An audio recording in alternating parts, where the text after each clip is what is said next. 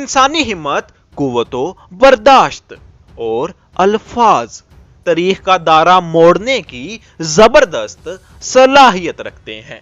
इंसानी तारीख ऐसे लोगों से भरी पड़ी है जिनकी हिम्मत या लीडरशिप ने या किसी ऐसे फैसले ने बड़े बुहरान को टालकर अपना और अपनी कौम का सर फखर से बुलंद कर दिया।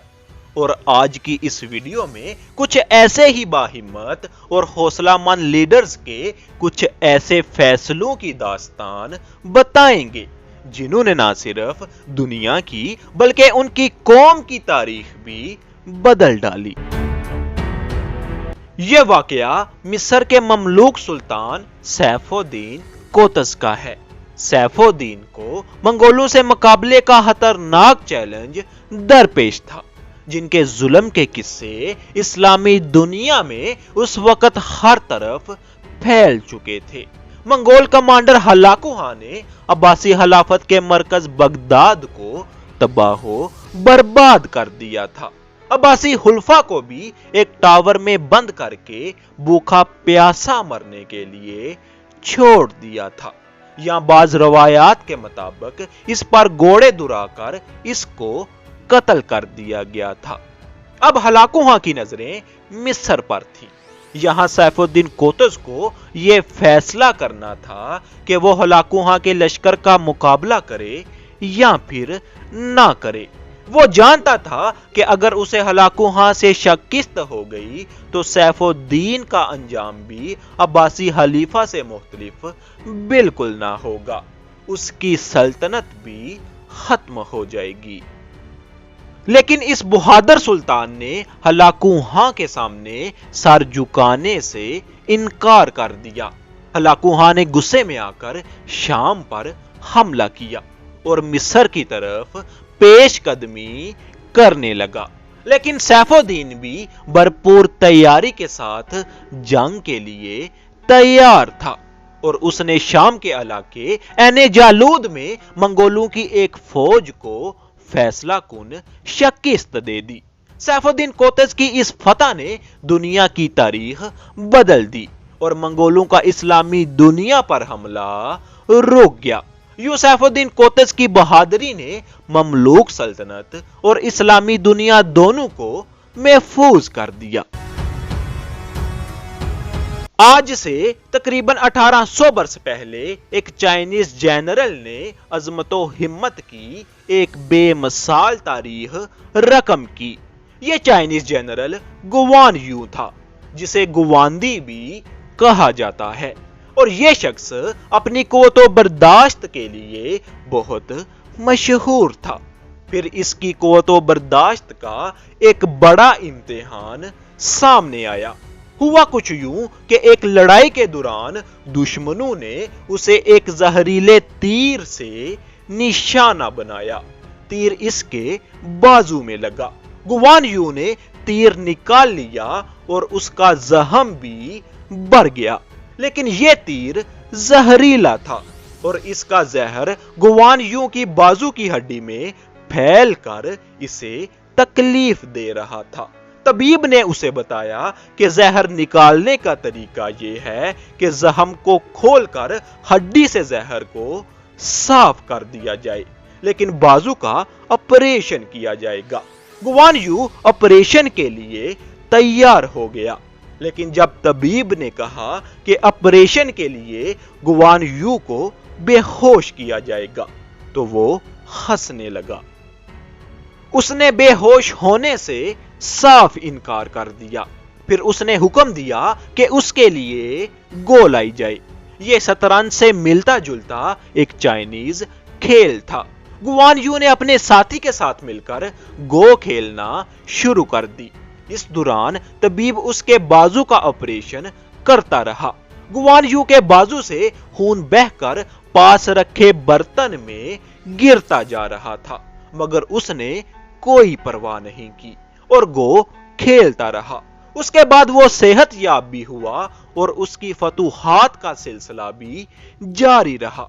वो एक जंग के दौरान पकड़ा भी गया और मारा भी गया, لیکن اس کی یہ بہادری اور یہ کہانی اس کی عوام میں یوں پھیلی کہ اس کی عوام کو اس سے طاقت ملی اور چائنیز عوام نے اسے جنگ کا دیوتا قرار دے دیا اور بہت عرصے تک چائنیز اس کی پوجا بھی کرتے رہے۔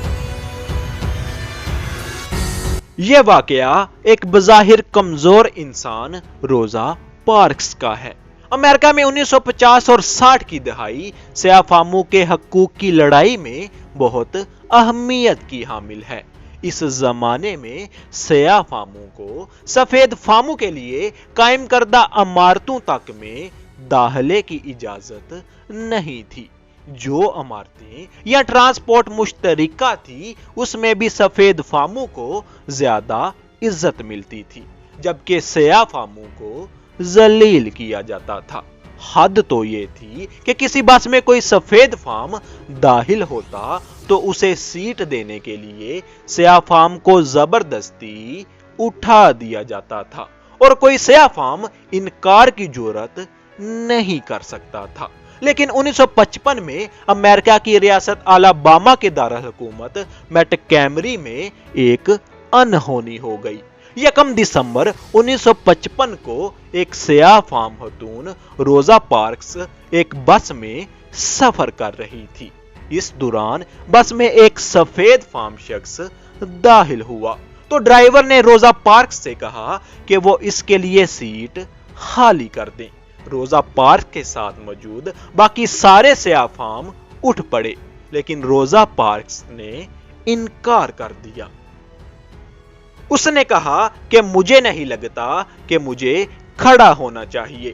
اس بات پر ڈرائیور نے پولیس بلا لی اور روزا پارکس کو گرفتار کر لیا گیا، مگر اس واقعے کا اتنا اثر ہوا کہ سیاہ فام کمیونٹی میں روزا پارکس ہیرو بن گئی۔ سیاہ فام کمیونٹی نے مٹکیمری بس سروس کا بائیکاٹ کر دیا، جو کہ 1 سال سے زیادہ عرصے تک جاری رہا۔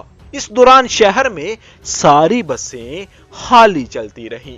بس بائیکاٹ کی وجہ سے سیاہ فام لوگوں کے حقوق کی جدوجہد تیز ہو گئی اور پورے امریکہ میں پھیلنے لگی۔ اس واقعے کے بعد روزا پارکس بھی تاریخ میں امر ہو گئی۔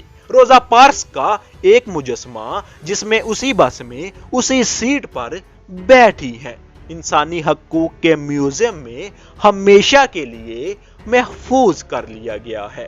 پیرس میں تو ایک ریلوے اسٹیشن کا نام بھی روزا پارکس کے نام سے رکھا گیا ہے اور ان کا مجسمہ آج بھی سیاہ فاموں کو ان کی جدوجہد کے لیے موٹیویٹ کرتا ہے۔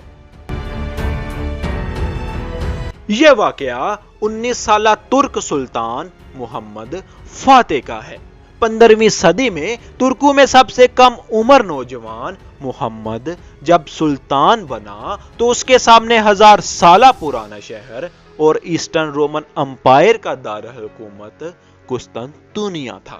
سلطان محمد یہ شہر فتح کرنا چاہتا تھا کیونکہ اس کے دائیں بائیں دونوں طرف ترکوں کی سلطنت پہلے سے موجود تھی، لیکن درمیان میں مضبوط اور طاقتور سلطنت ہونے کی وجہ سے بہت سے سفارتی اور معاشی مسائل جنم لے رہے تھے۔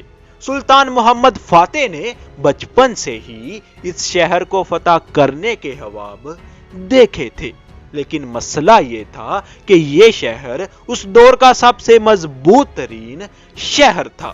اس کی دیواریں گرانے کے لیے آنے والے 23 لشکر اس کی دیواروں سے ٹکرا کر لوٹ چکے تھے، لیکن اس 19 سالہ سلطان نے اپنے وزراء کی مخالفت کے باوجود اس شہر پر حملہ بول دیا۔ قسطنطنیہ کو یورپی عیسائی دنیا کی بھی حمایت حاصل تھی اور اگر یورپی صلیبی لشکر آ جاتا تو سلطان کا لشکر گھیرے میں بھی آ سکتا تھا، لیکن ہر مشکل کے باوجود اس نے یہ حملہ کر دیا اور کامیاب رہا۔ اور پھر पैगंबर इस्लाम हजरत मोहम्मद मुस्तफ़ा सल्लल्लाहु अलैहि वसल्लम की पेशगोई के मुताबिक 1453 में रोमन अंपायर को खत्म कर दिया। ये इस सल्तनत की आखिरी निशानी थी। वो दिन और आज का दिन कुस्तुनतुनिया अब इस्तांबुल है और तुर्की का मुस्तकिल हिस्सा है।